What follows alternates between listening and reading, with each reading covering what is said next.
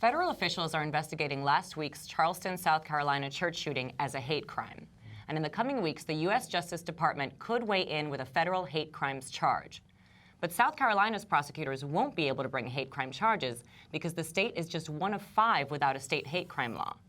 In the 45 other states, the additional element of, say, racial bias can mean a big difference in how the crime is treated.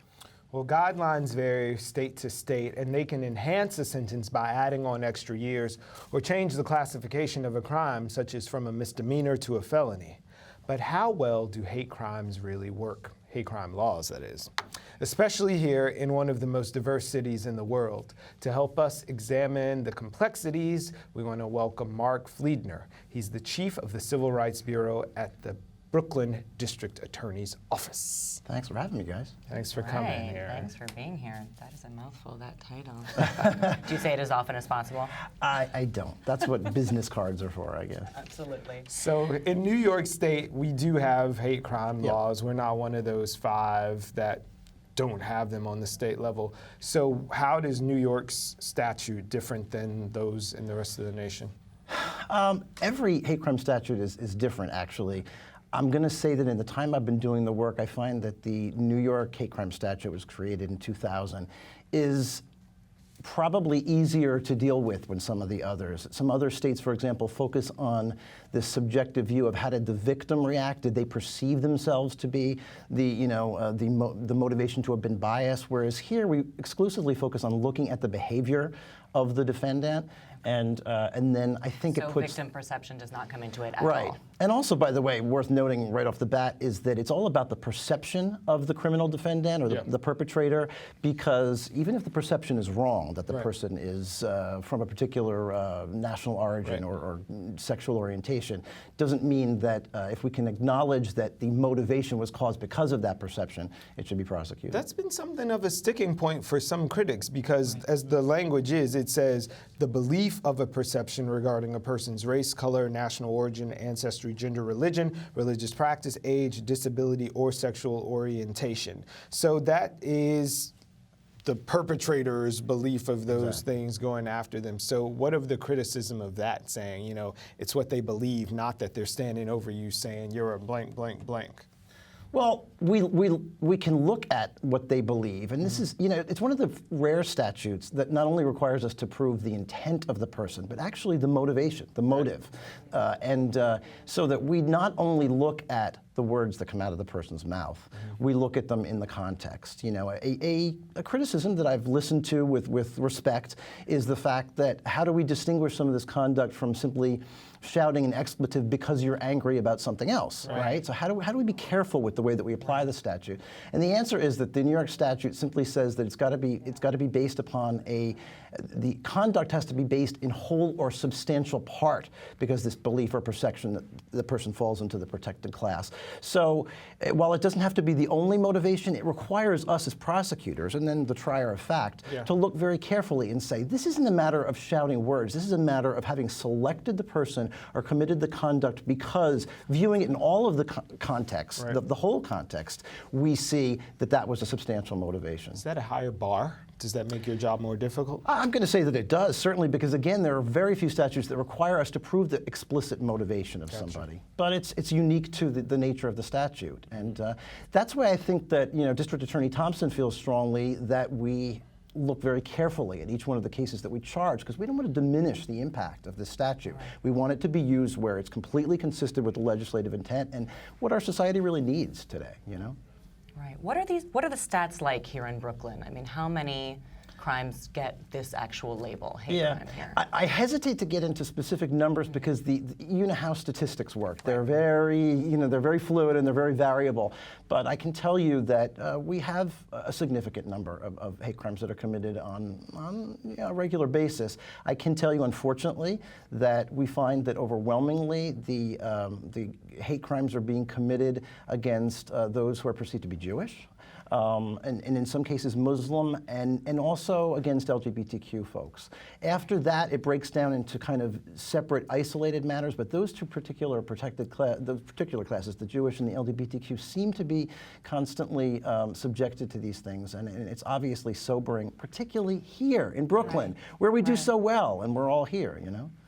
Well, okay, don't give us a particular number, but do you feel like, in general, these crimes are on the rise here, or they are lessening? I wouldn't say that they're on the rise, other than the fact that perhaps because we're aware of them, there's maybe better reporting than there used to be. Right. I don't think that, I don't think it's so significant that we should say, oh my goodness, we're on the rise. We do see that these crimes are consistent with things that are going on in the world, right? If there's a particular conflict going on in another part of the world that informs the way we look at life in Brooklyn, we unfortunately see that sometimes there's a response.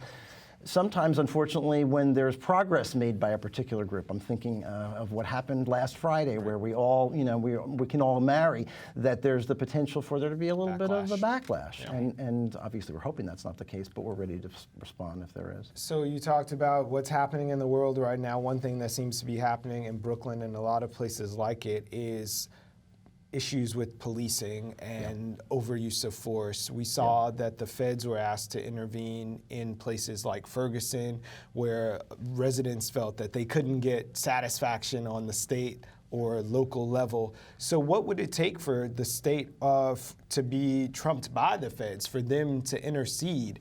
Particularly, it seems this happens when police are the subject of the investigation.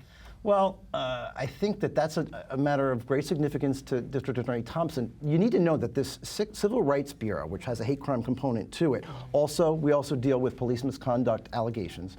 And he wanted to create it because he felt very strongly that these were two issues that required this specifically trained, culturally competent, reasoned team of professionals to handle. And his position is that he was hired by the voters to do this job, and that it can be done and it should be done at the local level. So we just had to put a protocol in place where we felt like we could absolutely objectively look at these cases and prosecute them where required, based upon the fact that we have a team that can be objective, despite the fact that we have ongoing relationships with NYPD. So how do Brooklyn's prosecutors gain that cultural competency? What does your office look like walking in? Well, that's a great question. Lawyers are always subjected to, required to engage in continuing legal education, but in our office we're constantly having in-house trainings, and a lot of them focus around issues of cultural competence, because it informs all of the work that we do, not just the hate crimes. It informs the way that every complainant is going to be proceeding to the police to tell them something happened to them. If we turn off or we don't understand the means of communication, we're missing things, right? So that we're constantly doing training. And then I think it also has to do with the district attorney's commitment, and it should be the commitment of all government officials, I think he believes, to hire people that look like Brooklyn, and to hire people with a variety of experiences, so that they bring that inherent cultural competence and desire and striving for cultural competence to the work that they do. So how's New York doing, looking at the rest of the country, or looking at the rest of the country? We know what the Georgia, Alabama, South Carolina, Wyoming, and Michigan are the 5 without hate crimes. And how do you know statistically, like, how we're doing if hate crimes are meant to be a deterrent from the worst actors? Are we killing them in those other 5 states based on our levels? I think that we're doing fine. I think where it's charged, I think there have been degrees of success. Part of that, I've got to say, is because the NYPD has an outstanding hate crimes task force that we work with. They respond if there's the concern that there may be a hate crime aspect to it, and they're dogged. And then they work in partnership with us to develop the case. So that I'm going to say that I feel really good about the work that New York is doing, because it's very, very thoughtful. And I also think that in Brooklyn, the triers of fact are now made up of an extraordinary cross-section of really informed people who kind of buy into the need for this kind of an enhanced penalty where it's applicable. And so I think we have a good track record. I also think we have the potential to be doing really outstanding work in times where in the last couple of years there seems to be a real particularized need. Right, for that enhanced penalty. Exactly. That's the way it works. That's the way it works. Critics will say that, hey, it's a crime already. What do we need to add on for? Well, you know what? I'm going to say this. I mean, obviously, all criminal laws are created because the legislature determines that there's a need to protect the society from that particular conduct, to keep us safe from that conduct. And the reality is that there is a tradition of enhanced penalties where the particular nature of the conduct, and in this case, the motivation for the conduct, is so abhorrent to our sensibility as Americans, as New Yorkers, and certainly as Brooklyn residents, that we as a society say there needs to be an acknowledgement that this is something that is particularly abhorrent and therefore going to be acknowledged as such in the context of the way that we penalize those who participate in this conduct. Obviously, we want it to be a deterrent. Right. We also want the victims to understand that there is an accountability on the part of the society for the fact that they were harmed. Like, you know, all of us are going back over South Carolina. It's unfathomable to us. They were harmed because they were black and sitting in a church and praying together. So looking at South Carolina for a second, how do you see the government's case proceeding in a state where they've tried repeatedly to have that statute passed and the state has failed to do that? Do you think the feds are going to intervene there? I think there's a very good chance that the feds will want to take a stake in this because this is what cuts to the very heart of hate crime legislation, right? This kind of conduct. It's rather unambiguous, at least from what we know at this point in time.